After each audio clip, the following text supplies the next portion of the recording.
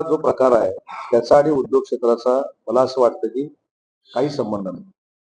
तो जो उद्योजक होता तो पवनचक्की उद्योजक होता, त्याच्या बरोबर ना, कॉन्ट्रॅक्टर होता, पवनचक्की बांधायला तिकडे गेलेला होता आणि असा तो प्रकार. आणि मी मगाशी सांगितलं की अशा पद्धतीची दादागिरी, अशा पद्धतीची खंडणी जर उद्योजकांच्या बाबतीत कोणी प्रयत्न केला, कदाचित उद्योजक जर धजावला नाही तर सुमोटो देखील त्याच्यावर कारवाई केली. जे आरोप होत आहेत ते धनंजय मुंडेंवरती होत आहेत. याआधी अशा पद्धतीचे आरोप झाल्यानंतर अनेक मुख्यमंत्र्यांनी राजीनामे दिले होते नैतिकतेच्या आधारावरती. धनंजय मुंडेंना पाठीशी घातलं जात आहे का या सगळ्या आरोपानंतर सुद्धा? एकतर धनंजय मुंडे हे महायुतीमधले मंत्री आहेत, त्यांचा पक्ष राष्ट्रवादी काँग्रेस पार्टी, त्यांचे नेते अजितदादा पवार आहेत. दुसरी महत्वाची गोष्ट की या गुन्ह्याच्या बाबतीमध्ये SIT आयजींच्या अध्यक्षतेखाली नेमलेली, ज्युडिशरी इन्क्वायरी सुरू आहे. मुख्यमंत्री महोदयांनी त्यांचं स्टेटमेंट देऊन कोणालाही सोडलं जाणार नाही, कठोर कारवाई केली जाईल, हे स्टेटमेंट मुख्यमंत्र्यांनी देखील दिलेलं आहे. आमचे नेते एकनाथ शिंदे साहेबांनी देखील सांगितलेलं आहे, अजितदादांनी देखील सांगितलेलं आहे. म्हणून त्याच्यावर मी भाष्य करणं योग्य नाही. योग्य वेळी योग्य निर्णय होतील. परंतु जर ज्युडिशरी इन्क्वायरी चालू आहे, जर SIT चालू आहे आणि त्याच्यावर फार मोठं भाष्य हे मुख्यमंत्री महोदयांनी त्यांच्या कुटुंबाला बोलवून त्यांच्या समोर देखील केलेलं आहे, त्याच्यावर मी भाष्य करणं योग्य नाही. यापूर्वी राजीनामे घेतलेले संजय राठोड असतील त्यावेळेस तुमचेच मंत्रिमंडळात होते, त्यांनी नैतिकतेने राजीनामा दिला होता. मध्ये गृहमंत्री अनिल देशमुख पण असतील, मग आता देखील असा पुढाकार का नाही? आता जे उत्तर दिलं तेच त्याला उत्तर आहे.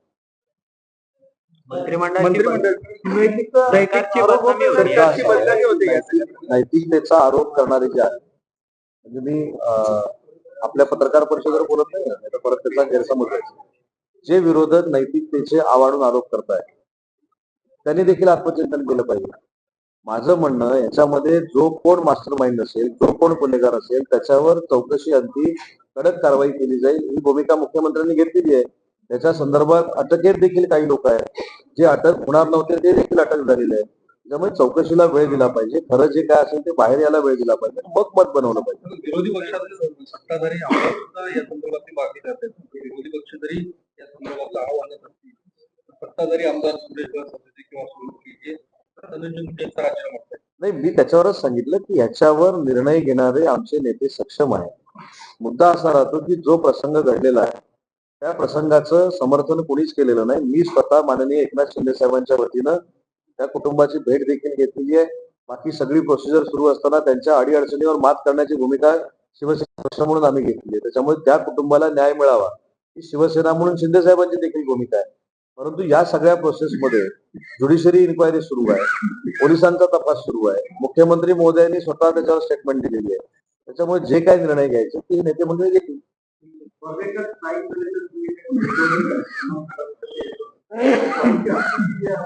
नाही, आपण ती पॉलिसी आणतोय, NRM पॉलिसी आपण आणण्याचा विचार करतोय. सगळ्यांची मागणी मगाच्या कार्यक्रमामध्ये अशी होती की आम्हाला महाराष्ट्रामध्ये पुन्हा उद्योगधंदे सुरू करायला यायचं आहे. आमच्या महाराष्ट्रामध्ये आम्हाला येऊन एक्सपान्शन करायचंय, त्याच्यासाठी काहीतरी पॉलिसी ठरवा. त्या संदर्भातली पॉलिसी आम्ही सगळे एकत्र बसून ठरवू.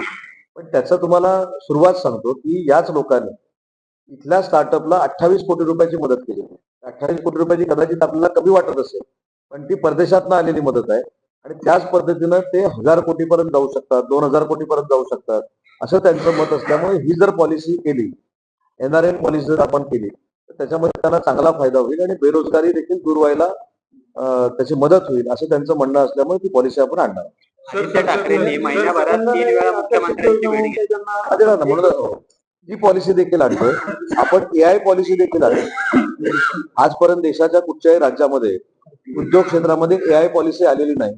ही AI पॉलिसी देखील उद्योग क्षेत्रामध्ये आपण आणणार आहोत, जेणेकरून काही गोष्टी सुलभ होतील आणि AIच्या बाबतीतले समज गैरसमज जे आहे ते दूर करणं देखील उद्योग विभागाची जबाबदारी आहे. तशी एज्युकेशन डिपार्टमेंटची देखील जबाबदारी आहे. हे देखील मिशन आम्ही घेतोय. आणि तिसरी महत्वाची गोष्ट आहे की मराठी भाषेला जो अभिजात भाषेचा दर्जा मिळालेला आहे त्याच्यामुळे नक्की ग्रामपातळीवर काय बदल होणार आहे याचं देखील जनजागृतीची मोहीम आम्ही 11 तारखेला छत्रपती संभाजीनगर पासून हातात घेतली. ठाकरेंनी मुख्यमंत्र्यांची लोकांना मराठी भाषेची ओळख करून देणार, पण हा युवकच नाही त्यांची मुलं सुद्धा इंग्रजी शाळेत. तसं इंग्रजी शाळेमध्ये मुलं जाणं आणि मराठी भाषेची ओळख करून देणं याच्यामध्ये दोन फरक आहे. मराठी भाषेची ओळख करून देणं म्हणजे संत साहित्याची ओळख करून देणं, बरोबर ना सर? त्याच्यानंतर जी काही 9 अंग आहेत मराठीची त्या सगळ्यांची ओळख करून देणं. आज मातृभाषा मराठी बोलता येत असेल, परंतु मातृभाषेची अंग काय आहेत 9 आहे ही देखील मुलांना कळली पाहिजे. त्याच्यासाठी या खात्याची निर्मिती झालेली आहे, संवर्धनासाठी झालेली आहे. कुठच्या पालकांना कुठच्या शाळेमध्ये मुलाला शिकायला घालावा त्याचा ऐच्छिक प्रश्न आहे, त्याच्यावर आपण काही बंधन आणू शकत नाही. जसं पैठणला आम्ही संतपीठ सुरू केलं, आता संतपीठामध्ये कुठच्या मुलांना पालकांनी घालावं त्यांचा प्रश्न आहे, त्याच्यामुळे त्याच्यावर आपण काही आक्रमण करू शकत नाही. पण एक मात्र नक्की आहे की परदेशातल्या मुलांना देखील मराठी कळली पाहिजे, शिकली गेली पाहिजे, यासाठी आमचे उपक्रम राहणार आहेत.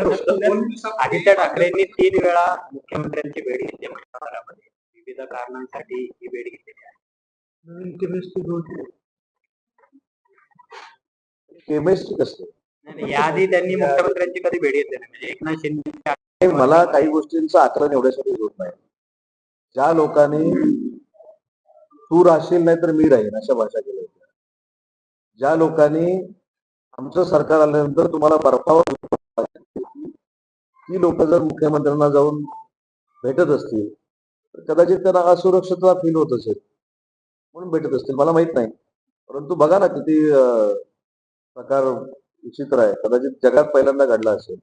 8 दिवसापूर्वी आम्हाला बर्फावर झोपवणार होते, बरोबर आहे की नाही? हीच लोक आज मुख्यमंत्र्यांना भेटतायत. खरं हा प्रश्न तुम्ही त्यांना विचारला पाहिजे. मी कसं सांगू शकतो ना ते का कुठच्या उद्देशाने गेले, कशासाठी गेले, पण गेले एवढं नक्की. पुण्यातले 5 माजी नगरसेवक आहेत. पुण्यातले पण याला केमिस्ट्री, फिजिक्स, मॅथ्स बीच काय नाही हे असं. पुण्यातले 5 नगरसेवक ज्यांनी आता भाजपमध्ये प्रवेश